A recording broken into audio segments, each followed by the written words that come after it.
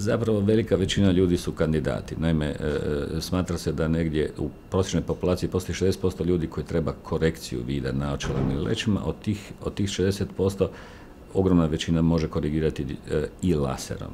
To je pitanje stava. Znači, netko preferira naočale, netko ne voli leće, netko obožava leće, a netko bi se želio riješiti svega. Znači, većina tih ljudi mogu riješiti jednako kvalitetno, ako ne i kvalitetnije, pitanje problema sa vidom sa laserom. Ono što je naravno jako važno, a to je doći na pregled i tek na tom pregledu ću vam reći sa sigurnošću da jeste kandidat. Međutim, iz nekog našeg iskustva, ogromna većina pacijenata koji uopće dolaze su kandidati, naprosto se raspon dioptrija koje radimo silno povećao, naročito sa novim generacijama lasera.